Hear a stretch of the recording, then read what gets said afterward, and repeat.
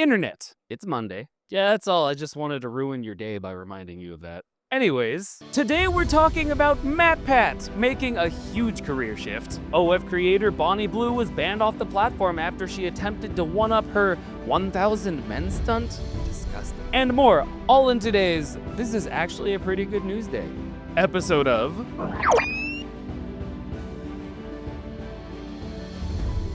But before we start, be sure to smash that subscribe button so you never miss a news update. Also, I lost my voice over the weekend and I don't think it's fully back, so bear with me. Now, hit that subscribe button. It's the only way I won't think you're a little bitch. Meta has filed a lawsuit in an attempt to stop the promotion of nudify apps across their platforms.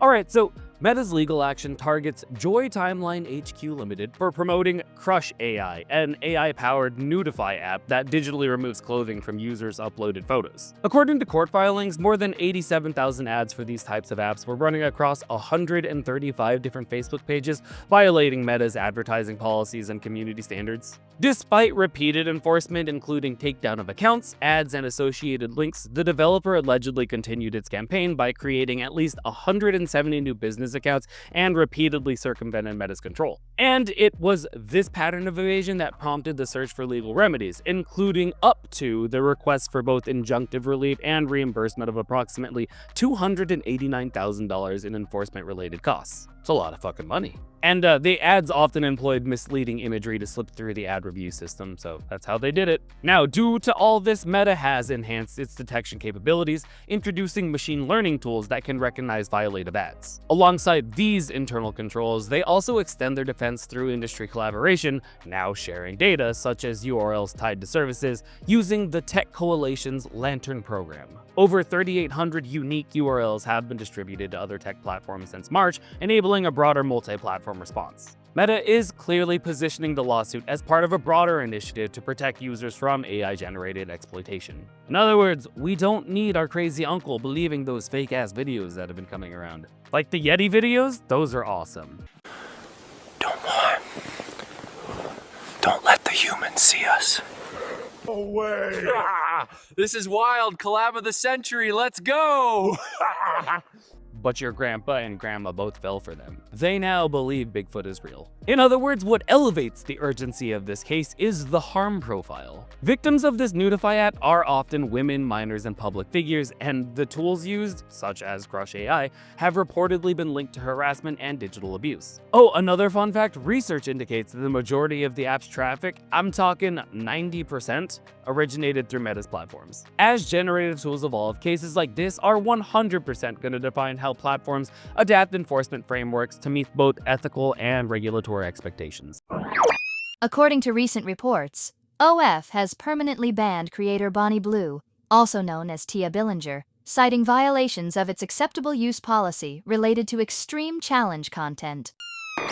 If you don't know who Bonnie Blue is, congratulations, can you please teach me how to not be online that much? Anyways, OF's decision to deactivate Bonnie Blue's account shows that there actually is a boundary in this race to the bottom that's nowadays known as empowering adult creators. Despite her claiming monthly earnings of around £600,000 or 762,000 USD, the platform cited her extreme challenge stunts, such as sleeping with 1,057 men in a day and planning a petting zoo involving upwards of 2,000 people doing whatever they'd like to her while she's stuck in a glass box, as crossing a line. At her peak earnings, she stands to lose over $7 million annually. 7 million pounds. Bonnie's persona and stunts, such as a college student or challenge, sparked wide backlash for the perceived promotion of grape culture and extreme content. Beyond individual consequences, the case does illustrate the tension between viral monetization and platform safety standards. Cough, Vitaly, cough,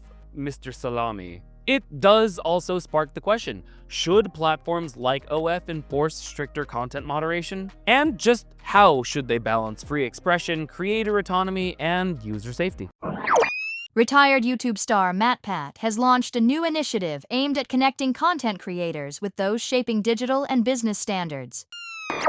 Okay, so I am going to caveat this with a Normally, I don't think celebrities should be this involved in public affairs, purely for the fact they tend to be removed from the problems the large majority of us face. As well, they're professional liars. Like, the personas we think we know and love have this bad habit of being fake, he says from behind the screen. You sit on a throne of lies. Having said that, I love this. Matt is one of the few people on the internet I believe is actually a genuine good one, for lack of better terminology. Anyways, MatPat's transition from YouTube theorist to digital policy advocate highlights a growing shift in how creative professionals will influence industry frameworks. Announced back on June 10th with the support of his longtime creator and wife Stephanie Patrick, the Creator Economy Caucus brings together online creators and decision makers in policy spaces to address gaps in how digital work is understood and supported. The CEC is backed by around 10 industry-aligned representatives, and its goal is to advocate for updated privacy protections,